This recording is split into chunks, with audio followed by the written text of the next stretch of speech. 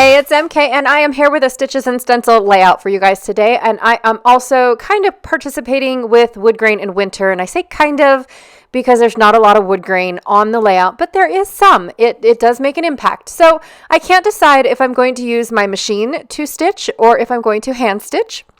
I also pulled out my Creative Memories circle cutter with the little blade things that go around the circles. This is the wood grain that I used yesterday, and I decided to use a portion of it for today as well. I have this photo of my husband. Well, actually, it's his job. I thought my husband took the photo, and then after I did the scrapbook layout, he tells me the story of the photo. It's quite hilarious, in my opinion, and is definitely not magical like I thought the photo was. So I'll tell you that later. And he goes, well, you shouldn't have made the layout before learning about the photo, which is absolutely true.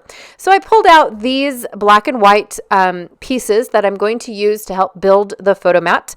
I also pulled out a few of these pine needle pieces. I'm not sure if they're I don't know if they are the last of the pine needles or not, but I have a combination of 49 and Market as well as the Close to My Heart craft ones.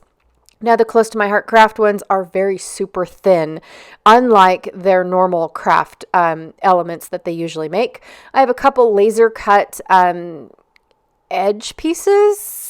I don't know what strip pieces. I don't know what you would call those guys. And some lacy bits. I don't think I'm going to mix my wood grain. So, but I did pull it out just in case I did not end up doing the other wood grain bit that I had in mind. I have a few more pieces, and then all these pieces down here weren't meant for this layout. I apologize about that. But I was basically consolidating all of my laser cut pieces and making them to where I didn't have a whole lot of bulk and whatnot left over. All right, so this paper here is called Hidden Holly, and I thought it was perfect for this particular layout. I'm going to use the holly side instead of the red polka dot side. And I pulled these rub-ons, and I completely forget about them. I apologize. I seriously, I totally forgot about using the rub-ons. So hopefully I can use them again later. All right, so for my wood grain, I planned on cutting out a circle. Mind my head, I apologize. But I was going to create a circle element for my layout because my favorite thing when it comes to stitches is a messy circle. I cannot get over how much I love creating a messy circle, and I really liked the idea of having this square behind, or I should say it's a rectangle, it's not a square, behind my messy circle. And so I really wanted to see if I couldn't make that work. So I'm going to go ahead and use my circle wood grain to make a couple messy circles, and then I'm going to stitch. Now, again, I don't know if I'm going to hand stitch or machine stitch, because normally when I machine stitch, it's a little on the underwhelming side because there's just not a lot of bulk to the stitch. It doesn't have any I'm trying to say it doesn't have any bulk to it. So anyways, I decided to machine stitch because I'm making this layout today.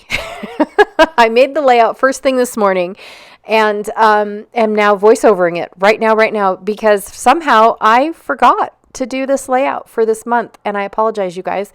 And then, of course, I forgot about the stencil part of said layout. Because I was getting ready to put the layout together and I realized this is Stitches and Stencils. Where's the stencil? So this is, I think this is called the number stencil from Dusty Attic. I do have this stencil available in my shop. I love this stencil, you guys. I really, really do. I brought it out for Halloween because of the little lines, and it looks almost like like shingles on a house. Not shingles, but the siding of one of those old wood houses, you know, where they used to do the siding And so that's what it reminded me of. And then I like the addition of the numbers to it. So I can't really, I know it's not called addition because that's the one with the plus signs. So I'll have to look up this one. But it is offered in the Some Assemblage Required shop if you guys are interested. All right, so I'm going to rough up the inner side and the outer side of my circle just to give it a little bit of personality and texture.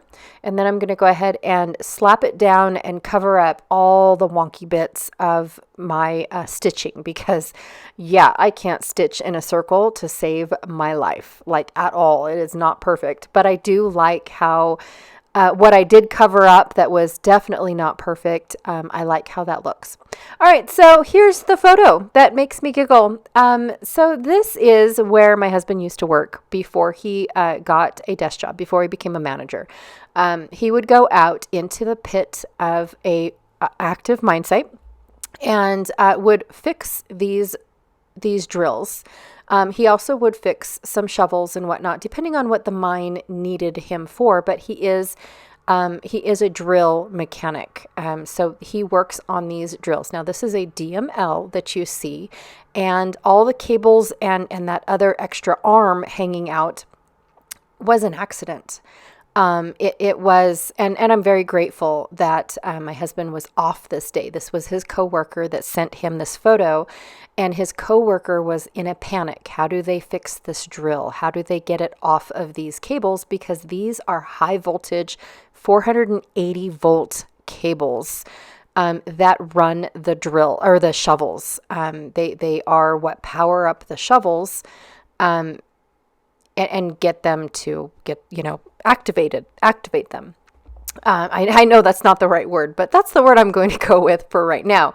And this drill accidentally got trammed into, it forgot to put the tower down basically, and go underneath the cables. Instead, it trammed with the tower up, and it trammed through the cable. And so my husband got this phone call and this picture, and his mechanic, his co-partner at this mine. So when my husband's off, this guy takes over the mine site, takes over helping out the mine site. And so he called in a panic, wanting to know what on earth is he supposed to do? How does he fix this? And my husband very calmly, he's like, well, does the drill still have lights?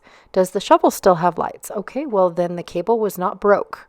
So it's not electrically charged. It's not transferring power anywhere except for where it's supposed to. And so he said, back it off, take the drill and start slowly backing it out from the cables and whatnot. And it ended up not being as, oh my gosh, as the mine site thought it was, in all honesty. And it's because my husband didn't panic. Well, he obviously wasn't there, but he still wouldn't have panicked even if he was there. But it's a silly story, and I laugh because I was like, honey, is that a DML? And he goes, yeah. And I said, well, because it looks to me in the photo that he's got one service truck over on the left holding the cable down, and another, well, what I thought was a crane, but there's no truck behind it, holding the other side of the cable. And I thought they were stringing cables because the drills, the rotary head goes up and down using cables, right? Well, I'm asking you guys like but yeah, that's how it works. And so every now and then the cables need to be replaced as soon as they start fraying and whatnot for safety. So I thought that that's what they were doing, was stringing the rotary head cables. And he goes, no, that's not what's happening in this photo at all. This is an accident. And his partner was panicking and had no clue what to do. And it's like, oh, that's funny. And he goes, well, you should always ask me first before you start.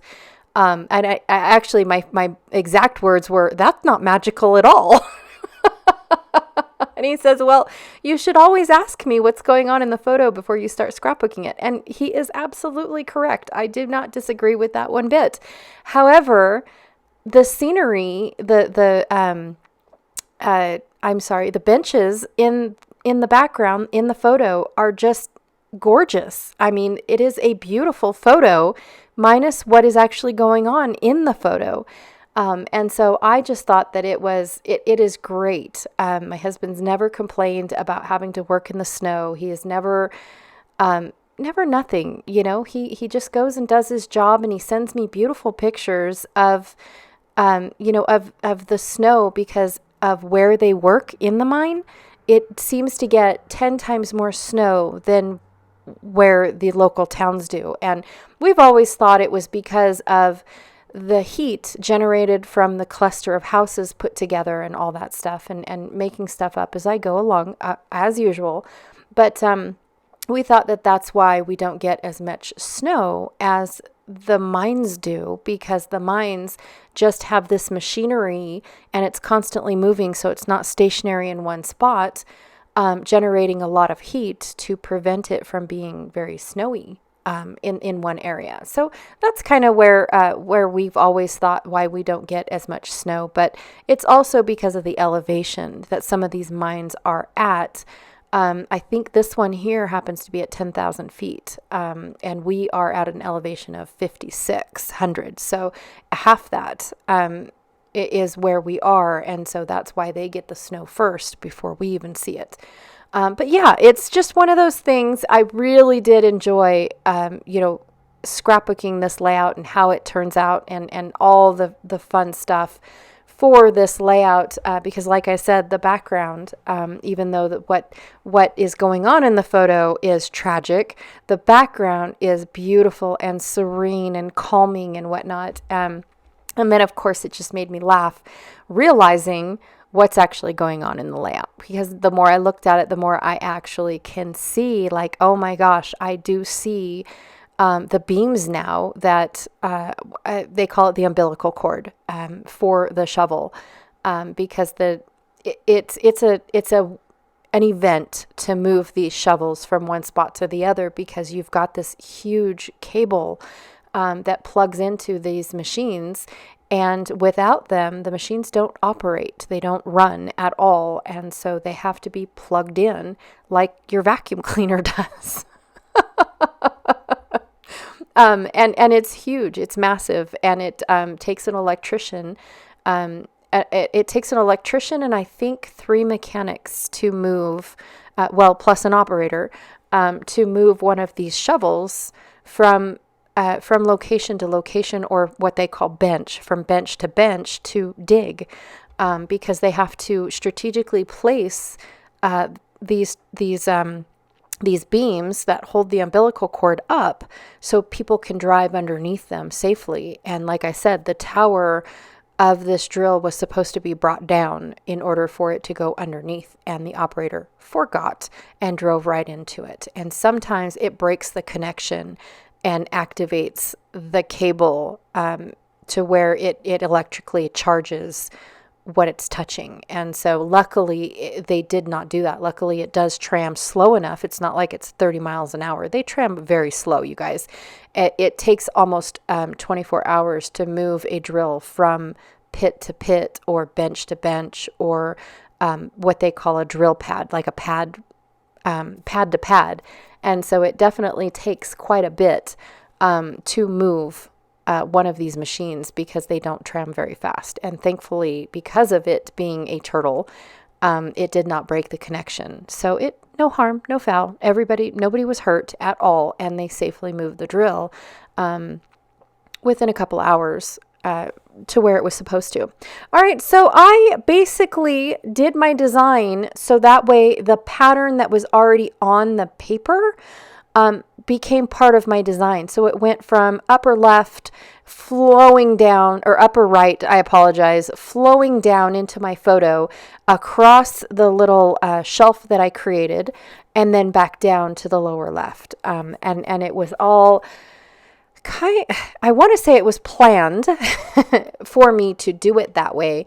I definitely wanted all of my elements to go in a linear line, but mostly the reason why I wanted an upward element to create like an L shape was because of the tower. I was going off of the tower in the photo. So basically I wanted to mimic making a drill on my layout. So you've got the tower from the drill and then the deck of the drill. And then that was the shelf that I created on my layout. And it just so happened to where this piece of paper was perfect for this layout because of the elements being in the right spot. Now, I did flip the layout upside down, and so all the words in the background are upside down. I didn't even pay attention to that. But I like the fact that you can see that faded rectangle in the left side corner of my layout, but it's a hint of a corner inside this, on the outside of the circle. And I really liked how all of this just flowed together, except for my picture doesn't make any sense. But it's a funny story for my husband and I to have about, before I document. Because normally I know what's going on in the photo, and for some reason I missed it on this one. But it was super fun to make the layout and to learn about what was going on and to see my husband's reaction when he saw my layout. It was great. So anyways, be sure to go check out Sandy, who is a state goddess here on YouTube. Also to check out Janet Fritz's channel, who is Galaxy Girl Creations. They are the brain children behind Stitches and Stencils. They did it while I was sleeping and snuck it in on me. And they're like, oh, by the way, you're joining us too. Perfect. I'm on it. All right, and then there is a playlist down below for those that are joining us for Woodgrain and Winter. Even though this one barely has any wood grain on it, I'm still counting it as a Woodgrain and Winter layout because I think it's a fun use for a piece of wood grain, especially if you have a scrap. All right, you guys, again, thank you so much for hanging out with me today. I truly appreciate it, and I will check you guys all later. Bye.